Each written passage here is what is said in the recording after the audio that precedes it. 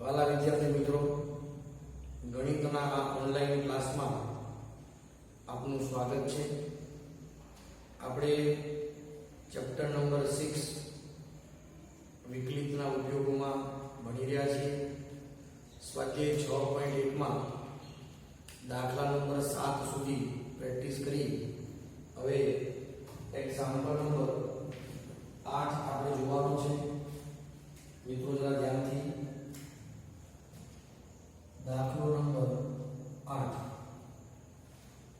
ધ્યાનથી વાંચીએ. પ્રશ્નમાં એક ગોળાકાર ફુગ્ગામાં તેનું કદ 900 સેન્ટીમીટર ક્યુબ પ્રતિ સેકન્ડના દરથી વધે એમ ભરવામાં આવે છે. તો આને કહેવાય કદમાં વૃદ્ધિ દર dv/dt. ફુગ્ગો જે છે એ ગોળા આકારનો હોય એટલે એને ગોળો કહીશું. આપણે ધ્યાન રાખીશું. હવે જ્યારે ફુગ્ગાની ત્રિજ્યા 15 સેન્ટીમીટર થાય ત્યારે તેની ત્રિજ્યા વધવાનો દર આપણે શોધવાનો છે. તો સૌથી પહેલા આપણે સૂત્ર મૂકીશું ગોળાનું ઘનફળ, એટલે કે ફુગ્ગાનું ઘનફળ v બરાબર 4/3 પાઈ r ઘન. v માં ફેરફાર dv/dt 4/3 પાઈ r નું વિકલન 3r² ઇન્ટુ r નું આગળ થશે મિત્રો આધારનું આગળ વિકલન dr/dt. આનું મૂલ્ય 900 4/3 પાઈ ઇન્ટુ 3 ઇન્ટુ રેડિયસ છે 15 નો વર્ગ dr/dt. 3 કેન્સલ કરી આપણે 900 બરાબર 4 પાઈ 15 ગુણ્યા 15 dr/dt. 15 6 90 અને 60 15 4 60 તો dr/dt માત્રા બાજુ પાઈ વધે પછી ભાગાકારમાં આવશે 1/પાઈ સેન્ટીમીટર પર સેકન્ડ. તો મિત્રો ત્રિજ્યા વધવાનો દર આ પ્રકારે આપણે શોધી શકીએ. આ જ પ્રકારે એક્ઝામ્પલ નંબર 12 છે. જરા ધ્યાનથી હવાના પરપોટાની ત્રિજ્યા 12 તો તમારે જાતે કરવાનો છે. આપણે 13 ની વાત કરીએ. ફુગ્ગાનો વ્યાસ આટલો છે. વ્યાસ આપ્યો છે 3/2 ઇન્ટુ 2x + 1. આ ઘનફળમાં x ને સાપેક્ષ થતા ફેરફારનો દર આપ્યો છે.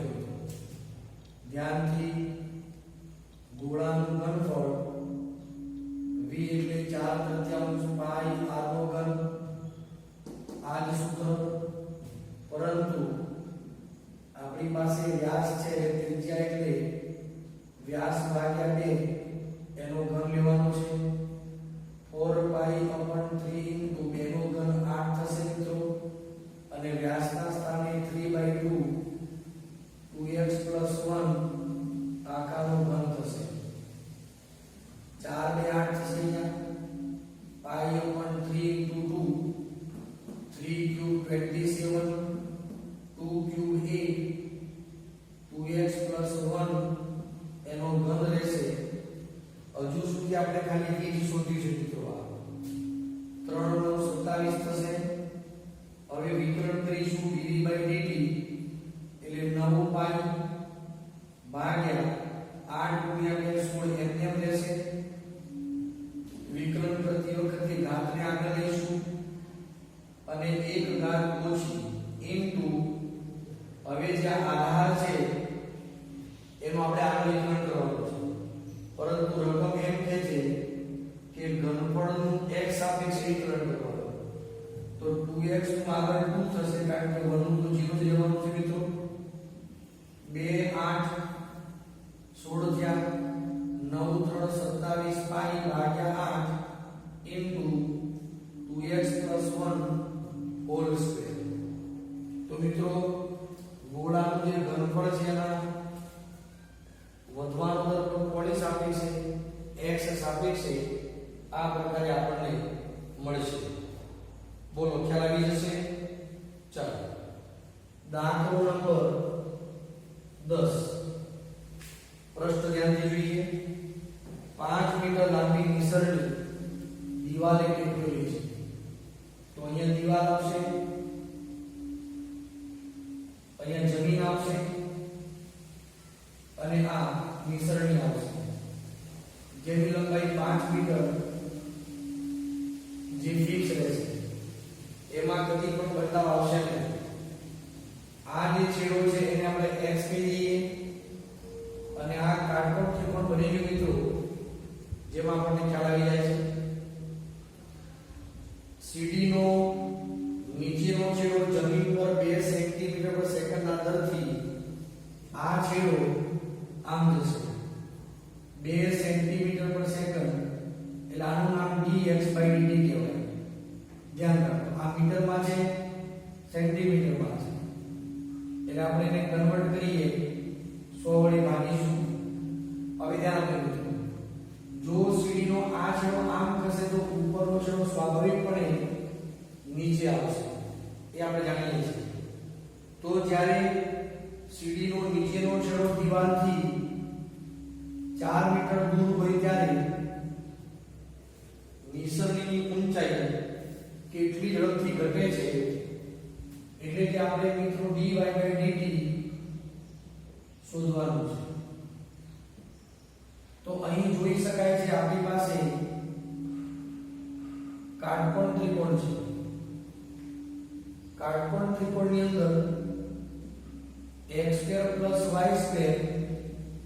= 5² રહેશે.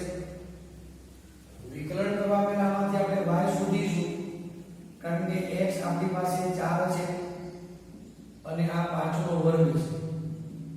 તો y નો વર્ગ બરાબર 25 - 16 થશે, જે 9 થશે, અને એનું વર્ગમૂળ ±3. પરંતુ y અંતર છે જે ધન જ આવશે, એટલે y બરાબર મીટર લઈશું આપણે. હવે આપણી પાસે જે સમીકરણ 1 છે એ સમીકરણ 1 નું આપણે x વિશે નહીં t વિશે વિકલન કરતા t વિશે લખીએ, t સાપેક્ષે લખીએ, બરાબર છે. x નું વિકલન 2x થશે મિત્રો, ને x નું આગળ થશે dx/dt.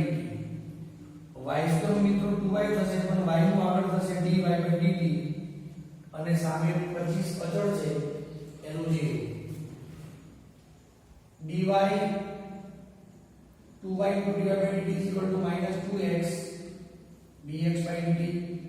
2 cancel, dy/dt = -x/y dx/dt. મિત્રો x આપણી પાસે 4 છે, y 3 છે, આ 0.02, 4 ને 8 આવું મૂલ્ય આવશે. પણ આ જે એકમ આવશે એ મીટર પ્રતિ સેકન્ડમાં આવશે. મૂળ ફેરફાર સેન્ટીમીટરમાં છે, આનો જવાબ -8/3 સેન્ટીમીટર પ્રતિ સેકન્ડ. અર્થાત નિસરણીનો ઉપરનો છેડો એટલે કે એની ઊંચાઈ 8/3 સેન્ટીમીટર પર સેકન્ડના દરથી ઘટે છે. મિત્રો જો તમે ઘટે છે એમ શબ્દ લખશો તો તમારે આ ઋણ નિશાન બતાવવાનું નથી. બોલો સમજાઈ ગયું? એકદમ ક્લિયર? ઘરે બેઠા બેઠા સમજાઈ ગયું ભાઈ? સમજવા માટે જ બેઠા છીએ આપણે, બરાબર? એટલે સમજવાનું છે. બહુ સરસ. આગળ વધીશું. દાખલો નંબર 11. શું કે છે ધ્યાનથી સાંભળીએ. એક પદાર્થ વક્ર 6y = x³ + 2 પર ગતિ કરે છે. તો વક્ર પરના કયા બિંદુએ તેનો વાયામ માં ફેરફાર એ તેના x યામના ફેરફારથી 8 ગણો થાય છે. મિત્રો આ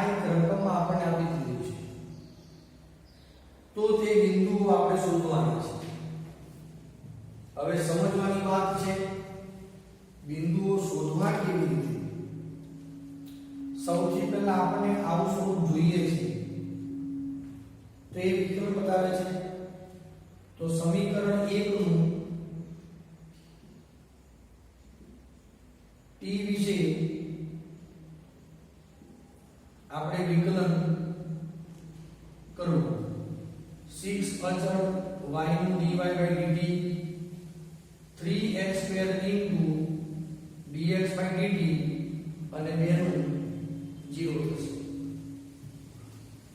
જેથી dy by dt બરાબર 3/6 એટલે 1/2 x² dx by dt એનો નંબર 2 મૂકી આપણે પરિણામ 2 ની કિંમત આપણે આ નીચેના પરિણામમાં મૂકીએ x² by 2 dx by dt 8 into dx by dt જો આ કેન્સલ થયા x નો વર્ગ એટલે 16 થયા તો x બરાબર 16 નું વર્ગમૂળ 8 ગુણ્યા 16 નું વર્ગમૂળ પ્લસ ઓર માઈનસ 4 થશે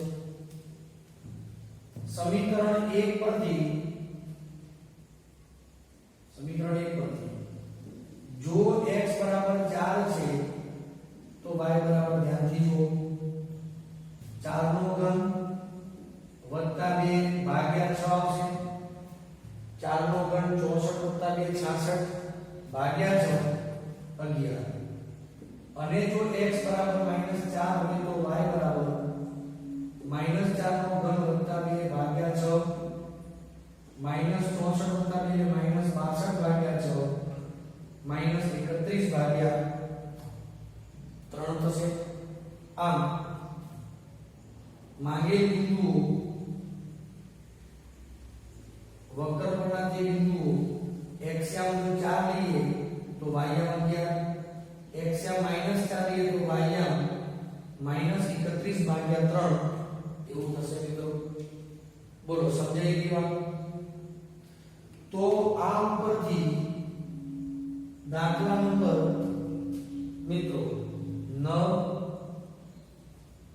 પછી 10 આપણે ગણ્યો છે 11 ગણ્યો છે 12 અને 17 આ ત્રણ દાખલા તમારે જાતે પ્રેક્ટિસ કરવાના છે અને જો મિત્રો એવું નહીં સમજવું કે આ દાખલા આપણે ગણી નાખ્યા એટલે પૂરું થઈ ગયું એવું નહીં આ દાખલા ગણાય કેવી રીતે શા માટે આ સૂત્ર મૂક્યું એ સમજવાનું એવું સમજાશે તો આપણે ઘણા આગળ જઈ શકીશું બોલો ખ્યાલ આવી જાય છે આપણે આગળ વધીએ વિદ્યાર્થી મિત્રો ઉદાહરણ 5 ની અંદર આપણે જોઈ રહ્યા છીએ ઉદાહરણ 5 ની અંદર કે એક વસ્તુના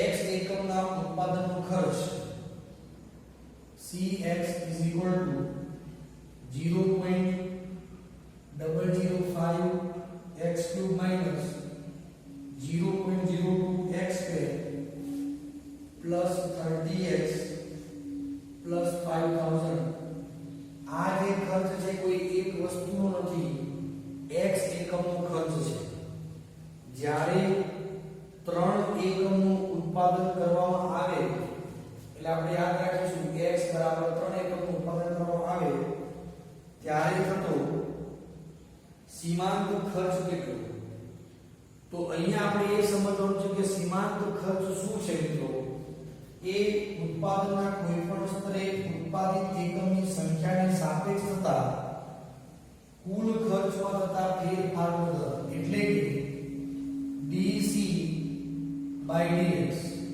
મિત્રો આ સીમાંત ખર્ચ કહીશું આપણે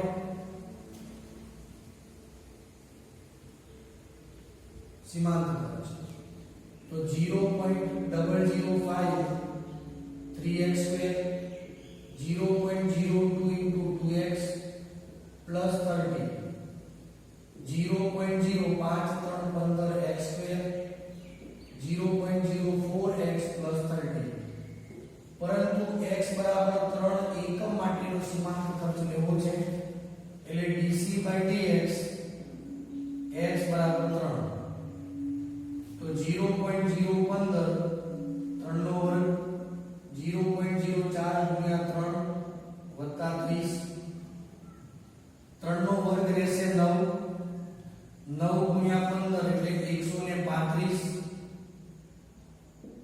12 થશે અને આ 30 થશે 30.135 માઈનસ 0.12 એટલે 5 1 0 અને 30 આટલું 30.015 એ મૂલ્ય રહેશે અથવા 30.02 આપણે અલગથી લખીશું તો પણ ચાલશે અર્થાત મિત્રો આ એકમ માટે એટલે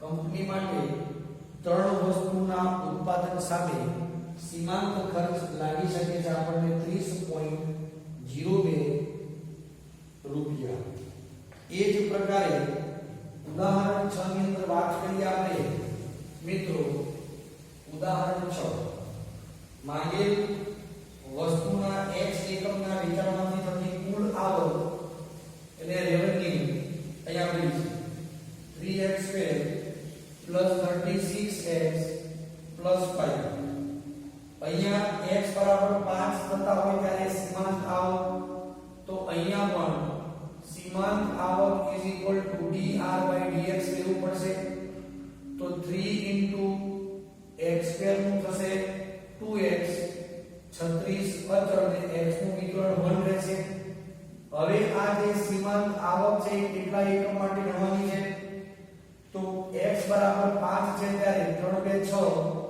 6 × 5 + 36 તો 30 + 36 એટલે 66 રૂપિયા આ 5 એકમની સીમાંત આવક થશે મિત્રો આ પ્રકારના જે દાખલા છે એ સ્વાધ્યાય 6.1 માં 15 અને 16 છે એ તમારે જાતે કરવાના છે સ્વાધ્યાયમાં 6.1 માં દાખલો 15 અને 16 જાતે પ્રેક્ટિસ કરીશું દાખલો નંબર 14 આપણે ધ્યાનથી જોઈએ એક પાઇપ દ્વારા 12 સેન્ટીમીટર ક્યુબ પ્રતિ સેકન્ડના દરથી રેતી નાખવામાં આવે છે એટલે આ કદમાં ફેરફાર કહેવાય મિત્રો dv/dt 12 સેન્ટીમીટર ક્યુબ પ્રતિ સેકન્ડ હવે જો મિત્રો રેતી જ્યારે પડે છે ત્યારે એ જે રેતીનો જે ઢગલો થશે એ આવી રીતે થશે તમને ખ્યાલ આવી ગયો એટલે શંકુ આકારનો થશે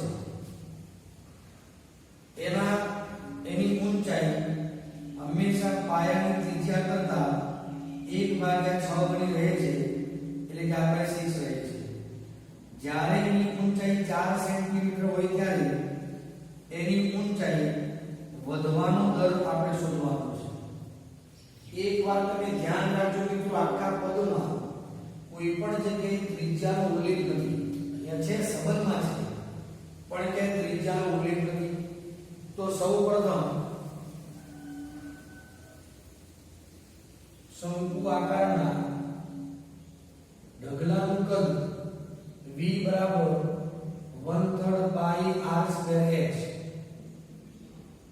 અહીંયા તમે જુઓ તો 1 2 અને 3 ચલ છે વૃદ્ધિ દરમાં એક સ્વતંત્ર ચલ હોય અને એક અવલંબી ચલ હોય એટલે આપણે અહીંયા r ના સ્થાને 6h મૂકીશું એનો વર્ગ * h π/3 6 નો વર્ગ 36 * h3 હવે આપણે v માં વૃદ્ધિ દર લઈએ તો dv/dt 12 3 36 એટલે અહીંયા 12 પાઈ આવશે આનો આવશે 3h² * dh/dt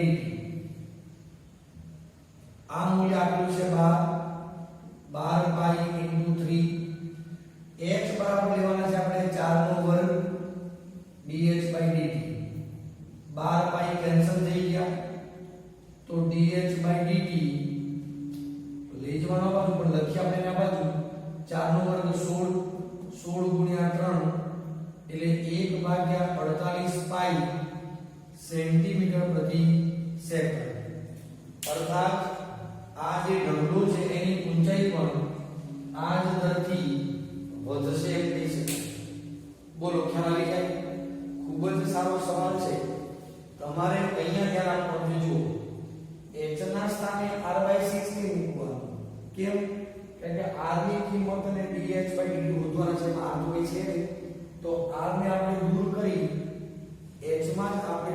ફેરવવાનું છે. એ પ્રકારે દાખલો 18 પણ તમારે જાતે કરવાનો છે મિત્રો. તો આ પ્રકારે સ્વાધ્યાય 6.1 અહીંયા પૂર્ણ થશે અને જેટલા પણ એક્ઝામ્પલ આમાં રહી ગયા છે એ તમારે પ્રેક્ટિસ કરવાના અને જે થઈ ગયા છે એ પણ પ્રેક્ટિસ તો કરવાના છે. ચલો ક્લિયર દોસ્તો. તો આજનો સેશન અહીંયા સુધી રાખીશું.